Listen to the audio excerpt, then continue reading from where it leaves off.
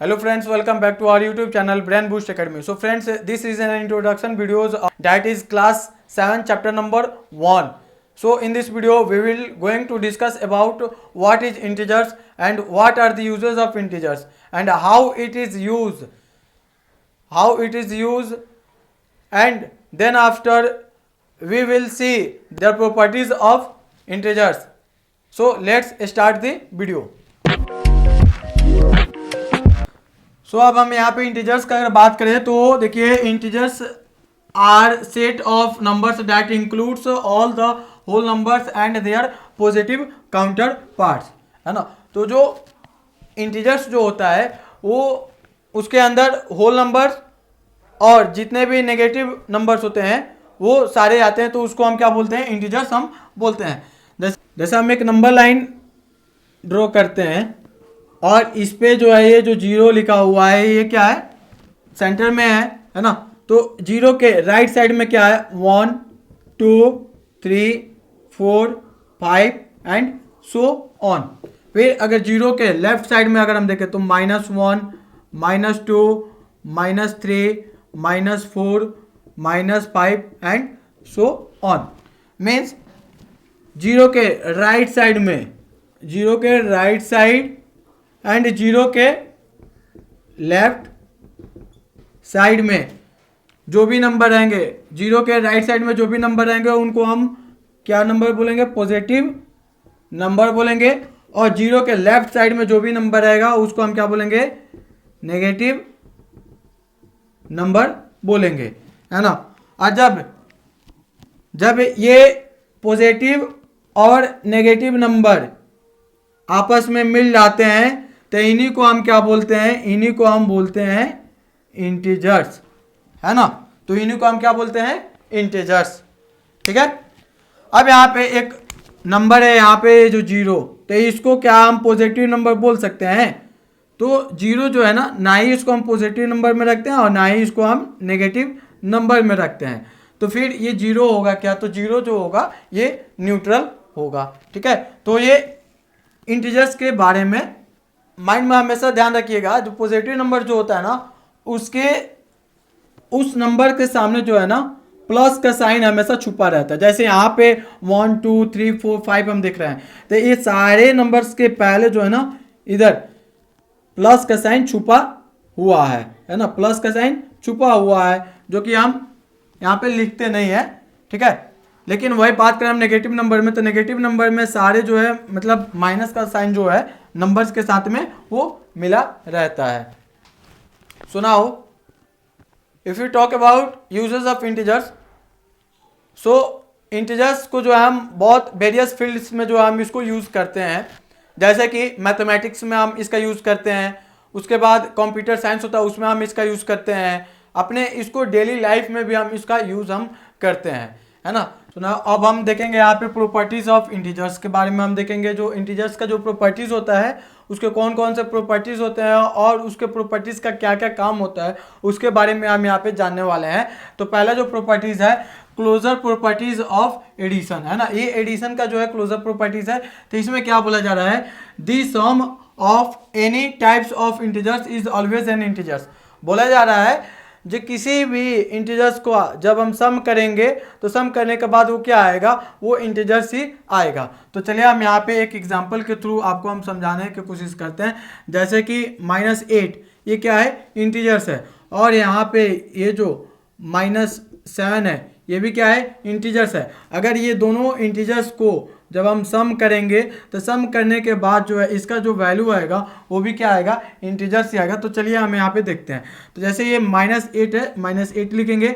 अब यहाँ पे प्लस और ये ब्रैकेट है तो ये प्लस इंटू माइनस करेंगे तो क्या आ जाएगा, माइनस और ये 7, है ना। तो देखिए यहाँ पे ये -8 है और -7 है, तो ये दोनों जो नंबर्स को जो है 8 और 7 को जो है हम क्या करेंगे, ऐड करेंगे। ऐड करने के बाद क्या आएगा, 15 आएगा। लेकिन इसका हम वैल्यू क्या, मतलब इसका साइन क्या चीज़ रखेंगे वो यहाँ पे देखिए। तो दोनों नंबर में क्या है, नेगेटिव साइन है, तो इसलिए यहाँ पे जो आंसर आएगा ये भी नेगेटिव साइन होगा। तो ये जो है -15 जो है ये क्या है हमारा, ये इंटीजर्स है ना। तो ये रहा। फिर एक और एग्जाम्पल के थ्रू आपको समझाने की कोशिश करें। जैसे +9 है ये, है ना, और इसको हम प्लस करेंगे प्लस 10 में, है ना, तो इसका जो आंसर आएगा क्या आएगा 19 आएगा। और ये 19 क्या है, एक इंटीजर्स है ना। तो ये समझ में आया होगा आपको।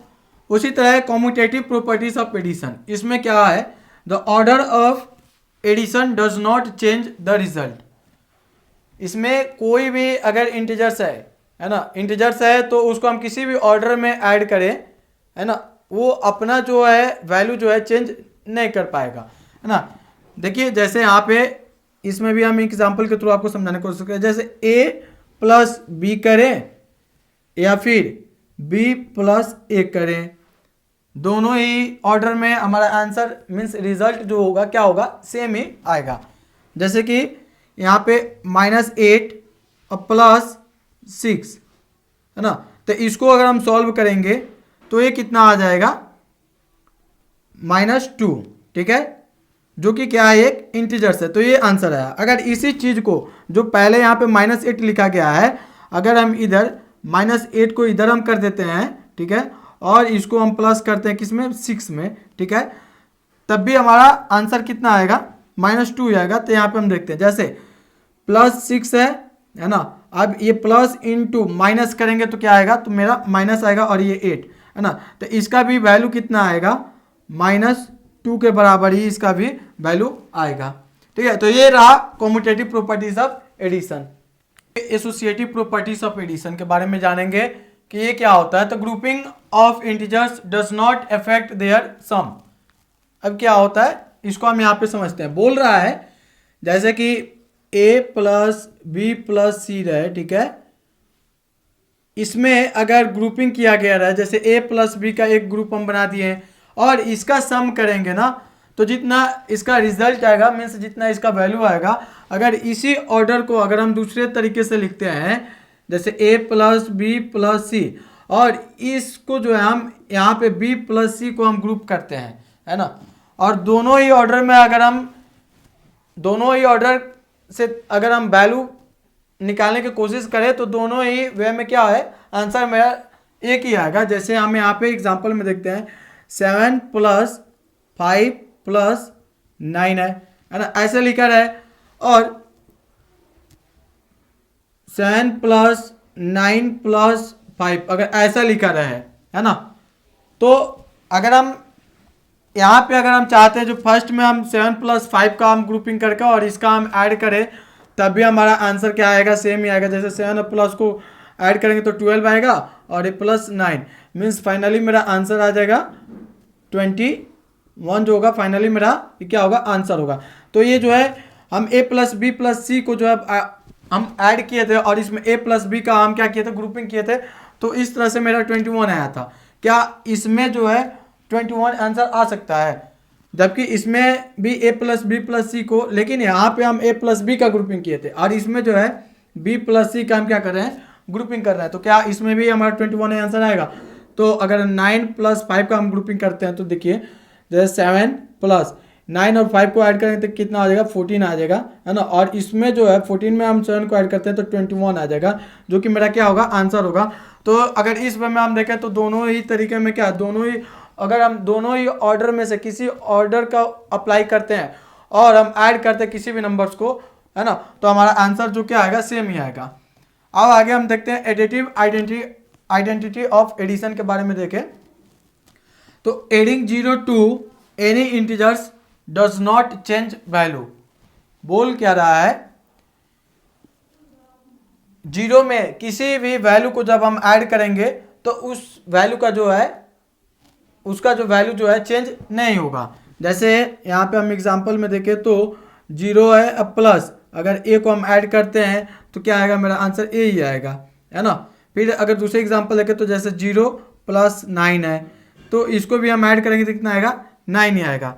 तो एडिटिव आइडेंटिटी ऑफ इंटीजर्स का जो डेफिनेशन ये बताता है हमें, जो भी मतलब 0 में कोई भी वैल्यू को हम क्या करें, ऐड करें, तो हमारा वैल्यू जो है क्या होगा, वैरी नहीं करेगा, मीन्स दूसरा डिफरेंट वैल्यू जो है नहीं आएगा, है ना। तो इसी को हम क्या बोलते हैं, एडिटिव आइडेंटिटी ऑफ एडिशन हम इसको बोलते हैं। आई होप कि इतना आपको समझ में आया होगा अच्छे से। अब हम यहाँ पे देखने जा रहे हैं प्रॉपर्टीज ऑफ इंटीजर्स के जो टाइप्स है, उसमें है क्लोजर प्रॉपर्टीज ऑफ मल्टीप्लिकेशन के बारे में यहाँ पे हम देखने जा रहे हैं। ये सेम जो है जिस तरह से हम प्रॉपर्टीज ऑफ एडिशन के बारे में हमने पढ़ा था, closure properties of addition, closure commutative properties of addition, same उसी तरह ये भी है, बस उसमें एडिशन हम करते थे, ऐड करते थे, और यहाँ पे मल्टीप्लाई करेंगे, है ना। जिस तरह से वहाँ पे हम ऐड करते थे तो कोई वैल्यू में कोई डिफरेंस जो है हमें देखने को नहीं मिलता था, उसी तरह यहाँ पे जो है हम जब दो नंबर्स का जब आपस में हम मल्टीप्लाई करेंगे, है ना, तब भी यहाँ पे कोई वैल्यू में जो है चेंजेस नहीं मिलेंगे, है ना। तो यहाँ पे हम देखेंगे क्लोजर प्रॉपर्टीज ऑफ मल्टीप्लिकेशन के बारे में जानेंगे। The product of any two integers is always an integers. बोल रहा है किसी भी दो इंटीजर्स का जब हम प्रोडक्ट करेंगे, मीन्स आपस में मल्टीप्लाई करेंगे, तो उसका जो रिजल्ट आएगा, मीन्स आंसर आएगा, वो भी क्या आएगा, इंटीजर्स ही आएगा। चलिए आपको हम एक एग्जांपल के थ्रू बताते हैं। जैसे 7 जो है क्या है, एक इंटीजर्स है, और -8 क्या है, इंटीजर्स है, और यहाँ पे क्या दिया हुआ है, product of any two integers, है ना, product of any two integers. तो यहाँ पे दो इंटीजर्स है, इसका जो है हम प्रोडक्ट करेंगे, तो प्रोडक्ट करने के बाद जो आएगा मेरा वैल्यू क्या आएगा, मतलब जो आंसर आएगा वो भी क्या आएगा, इंटीजर्स ही होगा। जैसे यहाँ पे देखिए, तो 7 में और 8 में मल्टीप्लाई करेंगे तो 56 आता है ना। और यहाँ पे जो नेगेटिव साइन दिया हुआ है तो नेगेटिव साइन देंगे, तो यहाँ पे -56 जो है क्या होगा, मेरा आंसर होगा, जो कि ये क्या होता है, इंटीजर्स होता है ना। फिर आपको एक दूसरे एग्जांपल के थ्रू आपको हम बताने की कोशिश करें। जैसे -12 इंटू -12, है ना, जब इस दोनों को आपस में हम मल्टीप्लाई करेंगे तो क्या आएगा, इसका आंसर आएगा 144। बट यहाँ पे दोनों नंबर्स के बीच में जो माइनस का साइन है ना, तो आंसर में माइनस का साइन नहीं आएगा, क्योंकि माइनस जब भी दो नंबर्स माइनस में रहे और दोनों नंबर्स के बीच में अगर मल्टीप्लाई का साइन हो तो उसका जो आंसर आएगा वो प्लस में आता है, यानी कि माइनस इंटू माइनस क्या हो जाता है, प्लस हो जाता है। तो इसलिए जो है यहाँ पे जो 12 पे जो माइनस का साइन है और इस 12 पे जो माइनस का साइन है, इस दोनों नंबर्स के बीच में मल्टीप्लाई का साइन है, इसलिए यहाँ पे जो है प्लस का साइन हो जाएगा। और यहाँ पे 144 जो है, इसके पहले प्लस का साइन छुपा हुआ है ना। तो ये 144 जो है क्या है, एक इंटीजर्स है, ठीक है। तो ये इसका आंसर हो जाएगा। सेम अगर हम कम्यूटेटिव प्रॉपर्टीज ऑफ मल्टीप्लिकेशन की बात करें तो यहाँ पे देखिए, changing the order of integers does not change the product.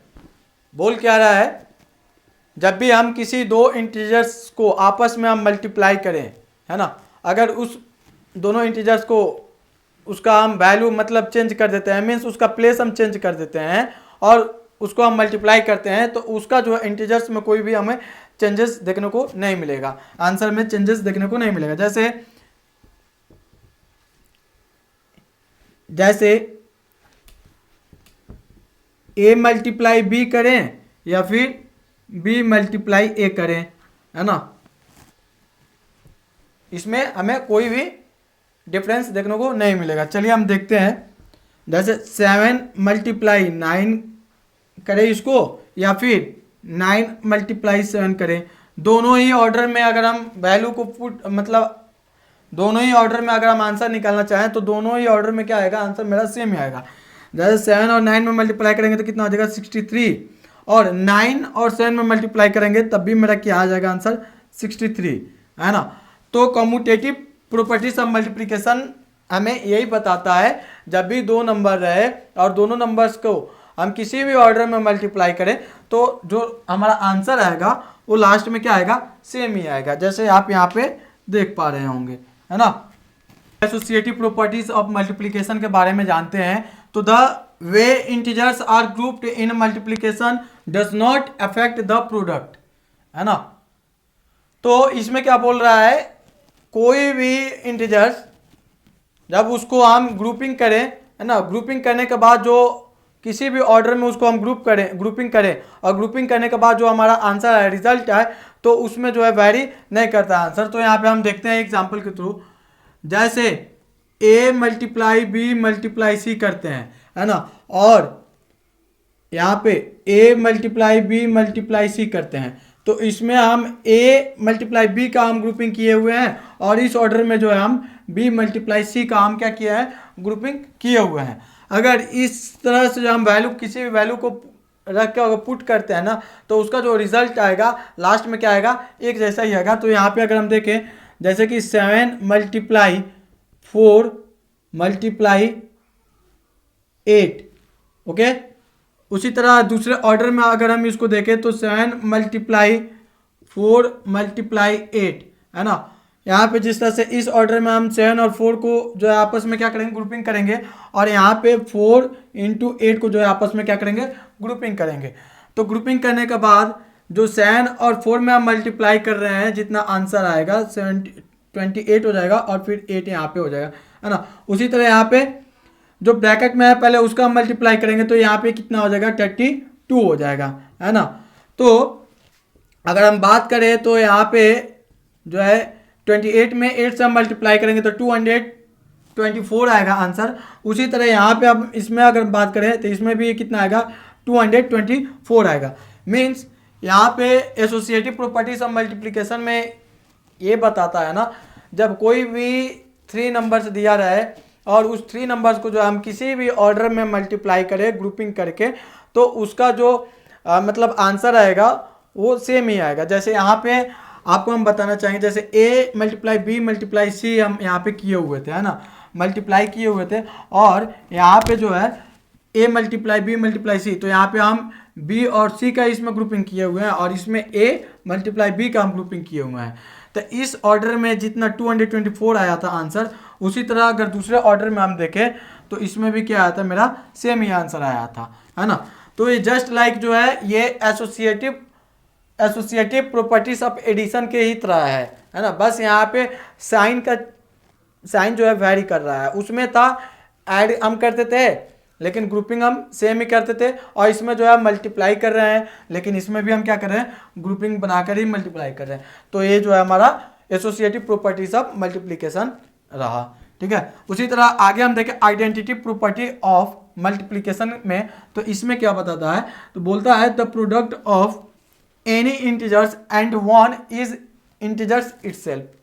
मतलब कोई भी इंटीजर्स का अगर प्रोडक्ट हम 1 से करें तो वो जो इंटीजर्स आता है, जो इंटीजर्स से हम मल्टीप्लाई कर रहे थे, वही इंटीजर्स इसका आंसर हो जाएगा। जैसे यहाँ पे अगर हम बात करें 12 मल्टीप्लाई 1, है ना, तो 12 क्या है, एक इंटीजर्स है, और इससे हम 1 से मल्टीप्लाई कर रहे हैं, तो मेरा जो आंसर आ रहा है क्या आ रहा है, सेम आ रहा है, जो कि यहाँ पे जो हम इंटीजर्स लिए हुए थे, है कि नहीं। उसी तरह अगर हम बात करें 9 मल्टीप्लाई 1, तो हमारा आंसर भी क्या आएगा, 9 ही आएगा। तो जिस इंटीजर्स से हम 1 में मल्टीप्लाई कर रहे हैं वही हमारा इंटीजर्स फिर से आ जा रहा है। तो इसी को हम बोलते हैं identity properties of multiplication. Distributive properties of multiplication के बारे में बात करते हैं, तो यहाँ पे क्या बोलता है, multiplication distribute over addition and subtraction, है ना। तो इसमें क्या बताता है, जो मेनली ये क्या बताता है, जैसे a इंटू बी प्लस सी, है ना, और एक ये हो गया मल्टीप्लिकेशन डिस्ट्रीब्यूट ओवर एडिशन, ये हो गया, और फिर मल्टीप्लिकेशन डिस्ट्रीब्यूट ओवर सब्ट्रैक्शन में क्या होता है, a मल्टीप्लाई बी माइनस सी, है ना। तो इसको हम पुट करें तो ये क्या हो जाता है, जैसे कि a multiply b plus a multiply c, ये होता है, ठीक है, ये होता है। उसी तरह अगर इसमें देखें मल्टीप्लिकेशन डिस्ट्रीब्यूट ओवर सब्ट्रैक्शन में अगर हम बात करें तो इसमें क्या आ जाता है, a multiply b minus a multiply c, है ना। इसमें अगर हम कुछ क्वेश्चन लेकर आपको समझाने की कोशिश करें तो देखिए इसका क्या ऐसा होता है, जैसे 2 इंटू 3 प्लस 4 ऐसे करते हैं, तो ये क्या है, मल्टीप्लिकेशन डिस्ट्रीब्यूट ओवर एडिशन के रूल्स के ऊपर यहाँ पे आपको हम समझा रहे हैं। तो इसका अगर जैसे हम मल्टीप्लाई करें तो इसमें क्या हो जाएगा 2 और 3 में एक बार हम मल्टीप्लाई करेंगे, 2 और 3 में एक बार हम मल्टीप्लाई करेंगे, ठीक है। और बीच में उसके बाद क्या प्लस का साइन है तो प्लस का साइन देंगे, फिर 2 और 4 में क्या करेंगे मल्टीप्लाई करेंगे। तो मल्टीप्लाई करने के बाद 2 और 3 में मल्टीप्लाई करेंगे तो क्या हो जाएगा 6 हो जाएगा, और फिर प्लस का साइन है तो प्लस का साइन देंगे, और 2 और 4 में मल्टीप्लाई करेंगे तो 8 हो जाएगा, और इसको जब हम ऐड करेंगे तो ये क्या हो जाएगा 14 हो जाएगा, जो कि मेरा आंसर हो जाएगा। तो इसी को हम क्या बोलते हैं मल्टीप्लीकेशन डिस्ट्रीब्यूट ओवर एडिशन, है ना। मतलब ये जो मल्टीप्लाई में जो ये जो नंबर है इसको हम डिस्ट्रीब्यूट कर रहे हैं, मीन्स अलग अलग जो है इस नंबर्स को हम बांट रहे हैं और फिर इसका जो है हम एडिशन कर रहे हैं। इस प्रोसेस को जब हम मतलब कभी जो भी बड़ा नंबर्स होता है अगर उस पर हम इस रूल्स को अप्लाई करते हैं ना तो उस सिचुएशंस में जो है ना हमें ये ज़्यादा हेल्प करेगा उस नंबर्स को जो है फाइंड करने के लिए। उसी तरह अगर यहाँ पे हम देखें मल्टीप्लिकेशन डिस्ट्रीब्यूट ओवर सब्ट्रैक्शन पे हम बात करें तो जैसे यहाँ पे 2 मल्टीप्लाई 3 माइनस 4, ठीक है। तो इसमें भी सेम कंडीशन अप्लाई होगा, जैसे 2 और 3 में मल्टीप्लाई कर रहे थे तो 2 इंटू 3 करेंगे, और यहाँ पे माइनस का साइन है तो माइनस का साइन देंगे, और फिर 2 इंटू क्या करेंगे 4 से हम मल्टीप्लाई करेंगे, और मल्टीप्लाई करने के बाद क्या आएगा हमारा आंसर तो देखते हैं। 2 में 3 से मल्टीप्लाई करेंगे 6 हो जाएगा, माइनस का साइन है माइनस का साइन देंगे, और यहाँ पे ज़्यादा देखिए 2 में 8 से मल्टीप्लाई करेंगे तो क्या आ जाएगा हमारा 2 और 4 में मल्टीप्लाई करेंगे तो 8 हो जाएगा, ठीक है 8 हो जाएगा, और लास्ट में इसका आंसर जो होगा -2 होगा इसका आंसर। तो ये रहा जो है क्या होगा मल्टीप्लिकेशन डिस्ट्रीब्यूट ओवर सब्ट्रैक्शन के रूल्स पे जो है इसको हमने एग्जाम्पल के थ्रू आपको हमने बताया।